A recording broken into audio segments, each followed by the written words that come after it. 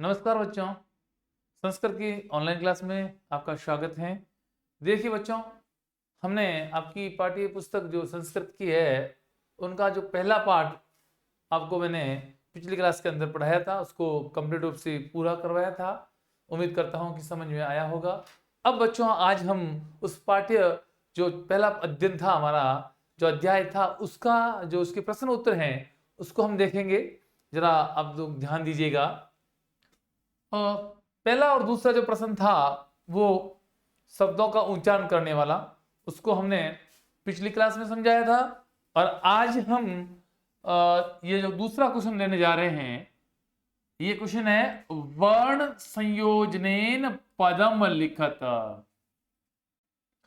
वर्ण संयोजनेन पदम लिखत, वर्णों का संयोजन करके उनको मिला करके पद को लिखना है, पद का निर्माण करना है।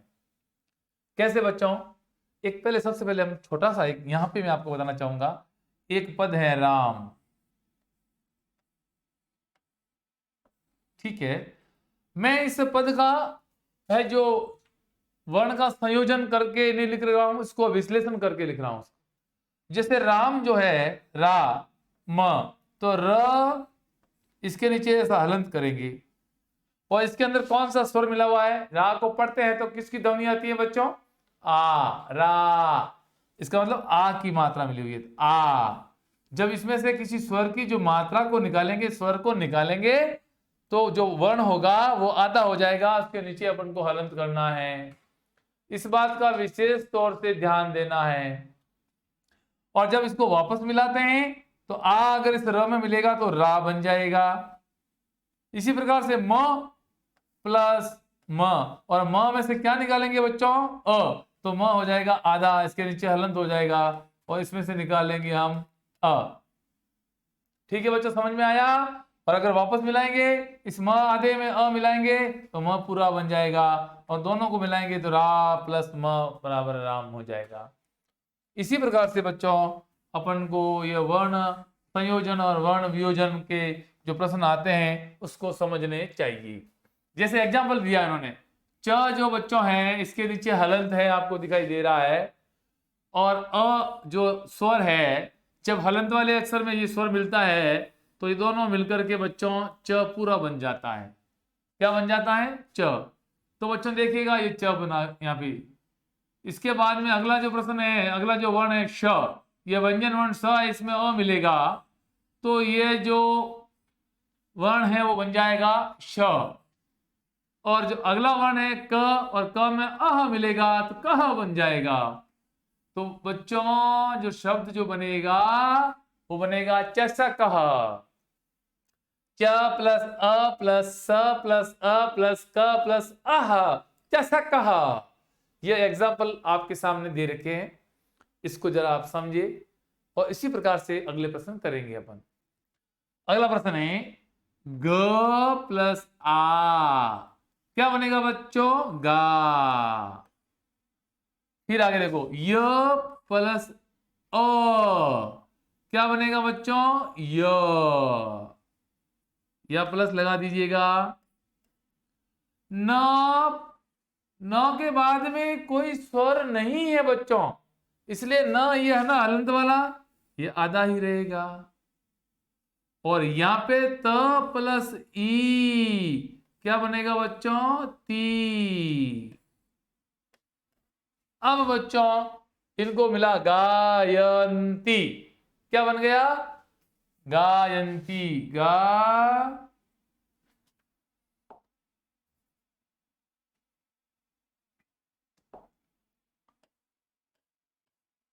यन। बच्चों हम इसको ऐसे नहीं लिखेंगे, क्योंकि कभी भी ध्यान रखना है, एक छोटी ई की मात्रा वाला जो शब्द होता है और उससे पहले कोई आधा वर्ण आता है, आधा व्यंजन आता है जिसमें स्वर मिला हुआ नहीं है, व्यंजन आता है, उसको इसके बगल में लिखते हैं। बगल में कैसे?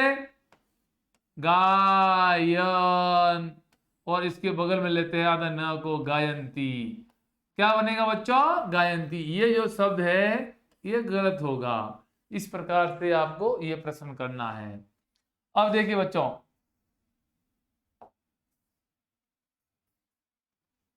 अगला क्वेश्चन, व प्लस री। री की मात्रा बच्चों आपको पता होना चाहिए, री की जो मात्रा होती है वो ऐसी होती है। तो व प्लस री, इस दोनों को मिलाकर बच्चों जो बनेगा शब्द वो बनेगा व्री। समझ में आया?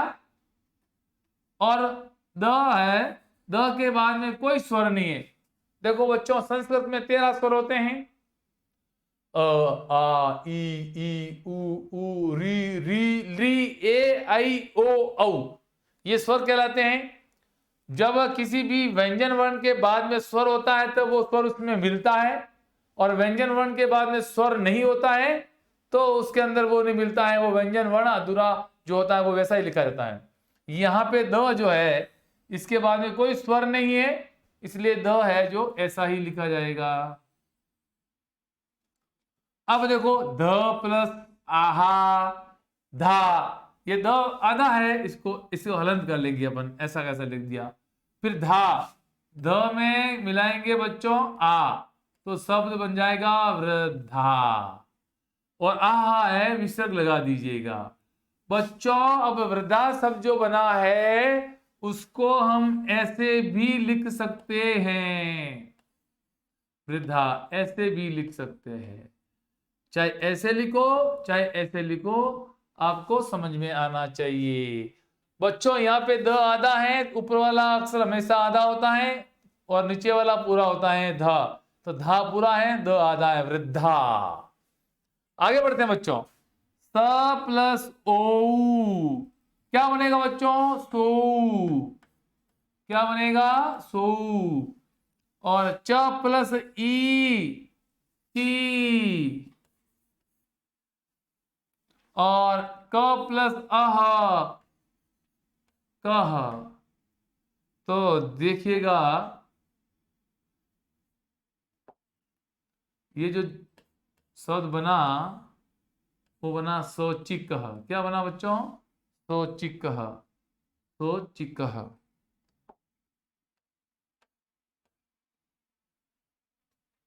अब देखिए आगे, स प्लस ऊ, छोटा ऊ है तो स में छोटा ऊ की मात्रा मिलाएंगे तो सू। न प्लस अ न, और क प्लस ऊ को, इस प्रकार से शब्द बन गया सुनको। अगला, ध प्लस आ धा, व प्लस अ व, त प्लस आह तह, धावत। क्या बन गया? धावत। इस प्रकार से वर्णों का संयोजन करते हुए हमने पदों का निर्माण किया है। तो मुझे ये उम्मीद है कि आपको ये प्रश्न जो है समझ में आ गया होगा, और परीक्षा में इस प्रकार के प्रश्न आएंगे तो आप निश्चित रूप से इसको सही तरीके से सरल कर पाएंगे। तो लीजिए बच्चों आगे बढ़ते हैं। इसका ऑपोजिट क्वेश्चन, इसका ऑपोजिट क्वेश्चन है बच्चों वर्ण विच्छेद प्रदर्शन, वर्ण विच्छेद प्रदर्शिता। कौन सा बच्चों? वर्ण विशेष।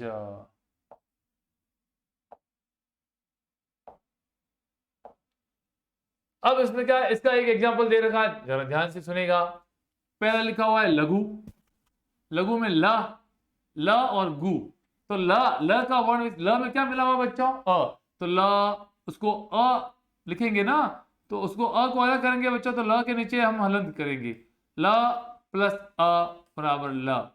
और गु में ऊ, छोटे ऊ की मात्रा है, तो गु में से ऊ निकालेंगे तो गु प्लस ऊ।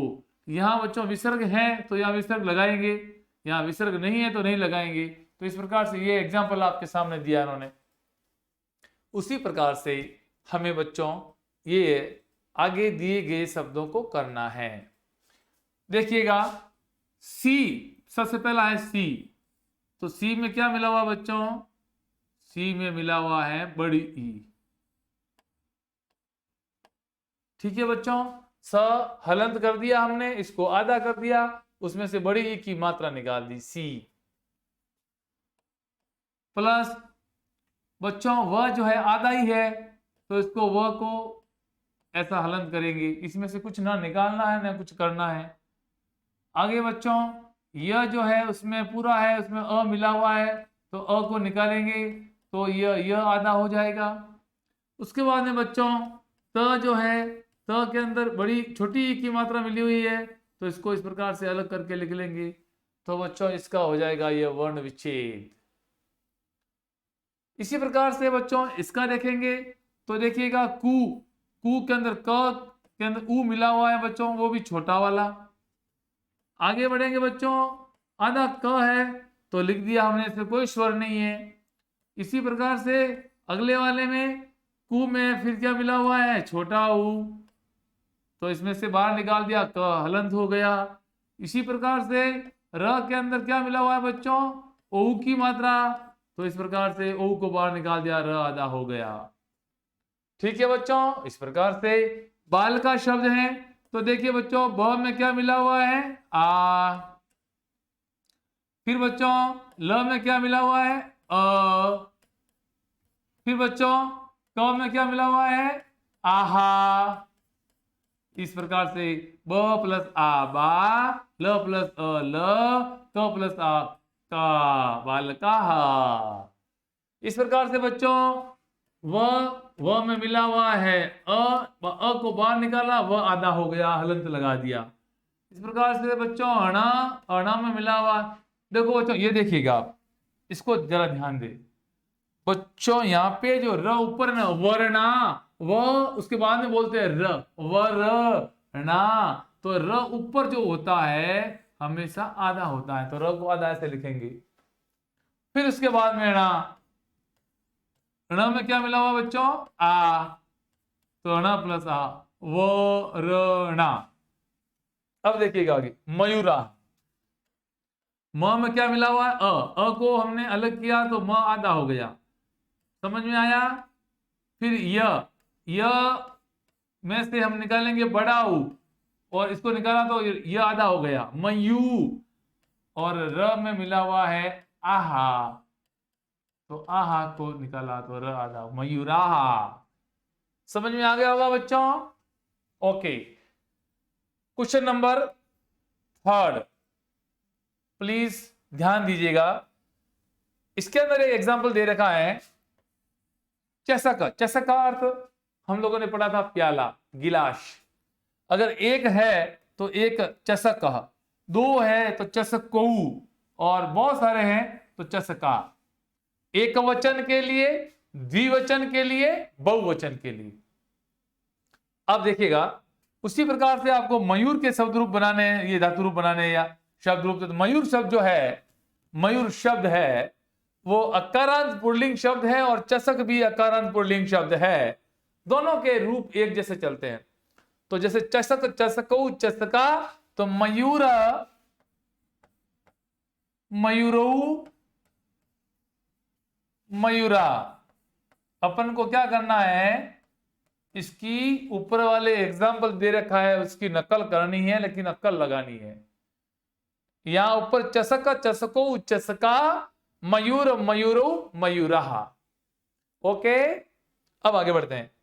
यहां पे सोची को दे रखा, बीच में द्विवचन का दे दिया, तो एक वचन का चषक मयूर, तो सोची का क्या बन जाएगा, सोचिका,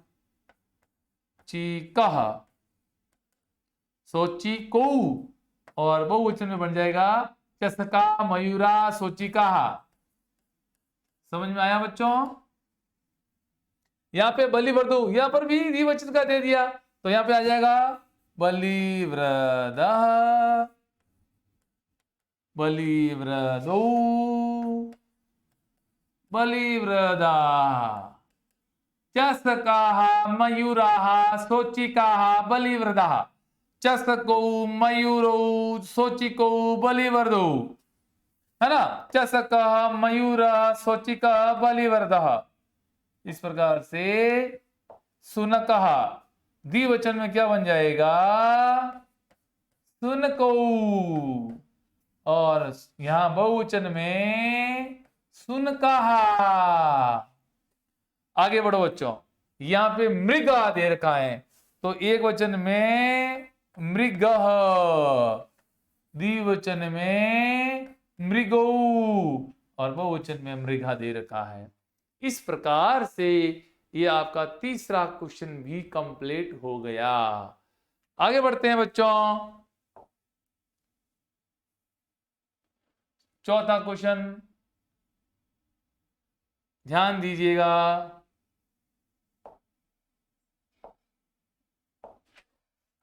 ये जो चित्र दे रखा है आपके सामने, ये चित्र किसका है बच्चों? इसको संस्कृत में चित्र को देख करके संस्कृत के पद को लिखना होता है। चित्राणि दृष्ट्वा, चित्र को देख करके संस्कृत पदानि लिखत, संस्कृत पद लिखिए। इसको बोलते हैं संस्कृत में गजः। क्या बोलते हैं बच्चों? गजः। इसको क्या बोलते हैं बच्चों? काकः। बच्चों इसको क्या बोलते हैं? काकः। बच्चों इसका एक और दूसरा नाम है पायशः। बच्चों इसको बोलते हैं चंद्र। और बच्चों इसको इसको जो ताला और कुंची दे रखा है तो ताला, और इसको कंचुकी। क्या बोलते हैं बच्चों? कंचुकी। बच्चों इसको संस्कृत में भल्लूक बोलते हैं। और बच्चों ये आपके सामने घरों में जो पाला जाने वाला जानवर है उसको बिडाल के नाम से जाना जाता है। तो इस प्रकार से बच्चों आपके सामने ये चित्र दिए गए थे। इस चित्रों को संस्कृत में हमने लिख करके आपको बताया है और आपको भी अपनी नोटबुक के अंदर ये वर्क करना है। नेक्स्ट क्वेश्चन बच्चों आपके सामने जो आने जा रहा है वो है पांचवा, क्वेश्चन नंबर 5। चित्र दृष्ट्वा उत्तरम लिखत। बच्चों एक एग्जाम्पल दे रखा है चित्र को देख करके उत्तर लिखने वाला। यथा जैसे कि बालक पठति, बच्चा पढ़ता है। बालक किम करोति, बालक क्या करता है? बालक पढ़ता है। तो इस प्रश्न का उत्तर यहां आपके सामने लिखा हुआ है, बालक किम करोति, बच्चा पढ़ता है। ये आप चित्र देख रहे हो, दो बच्चे हैं चुन्नू और मुन्नू, ये आपस में पढ़ रहे हैं। तो यह प्रश्न था बालक किम करोति, बच्चा क्या करता है? बालक पठति, बच्चा पढ़ता है। समझ में आ गया? अब यहां देखो, ये आपके सामने क्या है बच्चों? कुक्कुरा। क्या है बच्चों? कुक्कुरा। कुकरे को स्वान भी बोलते हैं बच्चों। क्या बोलते हैं? स्वान। तो देखिएगा बच्चों, यहां पे प्रश्न पूछा जा रहा है कुक्कुरा किम कुर्वन्ति, कुत्ते क्या कर रहे हैं? तो बच्चों कुत्ते क्या कर रहे हैं? आपको क्या दिखा दे रहा है आपको? ये भौंक रहे हैं। तो बच्चों इसका उत्तर होगा कुक्कुरा ऊंचे जोर से बुक्कता भौंक रहे हैं। संस्कृत में भौंकने को क्या बोलते हैं बच्चों? बुक्कता। समझ में आया? ओके आगे बढ़ते हैं बच्चों। यहां पे आपको दिखाई दे रहे हैं ना, ये क्या है? घोड़े। घोड़े को संस्कृत में बोलते हैं अश्व। दो अश्व है इसलिए अश्वो किम कुरुत, क्या कर रहे हैं बच्चों? ये भाग रहे हैं, दौड़ रहे हैं। तो या इसका उत्तर होगा अश्वो घोड़े धावता, दौड़ रहे हैं, भाग रहे हैं। समझ में आया बच्चों? अगला क्वेश्चन आपके सामने वही है, चित्रों को देख करके फिर प्रश्न का निर्माण करना होता है। तो देखिएगा बच्चों,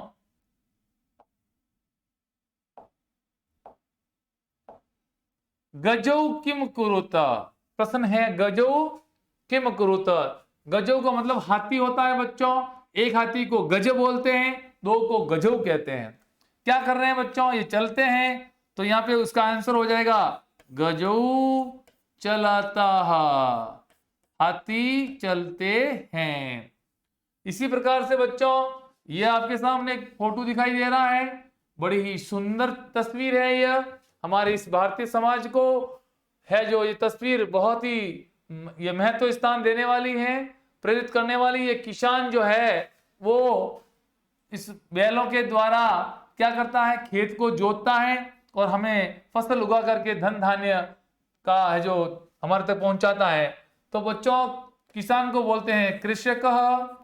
ये किसान क्या कर रहा है, ये खेत को यानी कि क्षेत्रम क्षेत्रम क्षेत्रम का मतलब खेत होता है, और खेत को जोतता है, कृषति, ये खेत जोतता है। क्या करता है बच्चों, ये किसान खेत को जोतता है, किसके द्वारा, बलि वृद्धु, बैलों के द्वारा। अगला देखिएगा बच्चों, छात्रों किम कुरुतः, छात्र क्या करते हैं। बच्चों छात्र आपस में क्या कर रहे हैं, बातचीत कर रहे हैं। तो छात्रों वार्ताम कुरुत, आपस में बातचीत कर रहे हैं। इसी प्रकार से बच्चों ये छठा क्वेश्चन आप देखिएगा, आपको ध्यान से इस खंड अ और खंड ब में जो वाक्य दे रखे हैं उसको मिलान करना है। देखिए मयूरा क्या करता है, नर्त्यति, मोर हमेशा नाचता है। और बालको क्या करते हैं, ये बच्चे पढ़ते हैं। और गजा क्या करते हैं, हाथी चलंती, चलते हैं। और शेर क्या करता है, गरजता है। और गायक क्या करता है, गाता है। इस प्रकार से इसको वाक्य को मिला करके लिखने हैं। देखिए बच्चों इस प्रकार से आपके ये जो क्वेश्चन है वो हो चुके हैं। अब आगे वाले जो क्वेश्चन जो बच गए हैं आपको वो कल नेक्स्ट क्लास में बताएंगे। तब तक के लिए धन्यवाद, नमस्कार।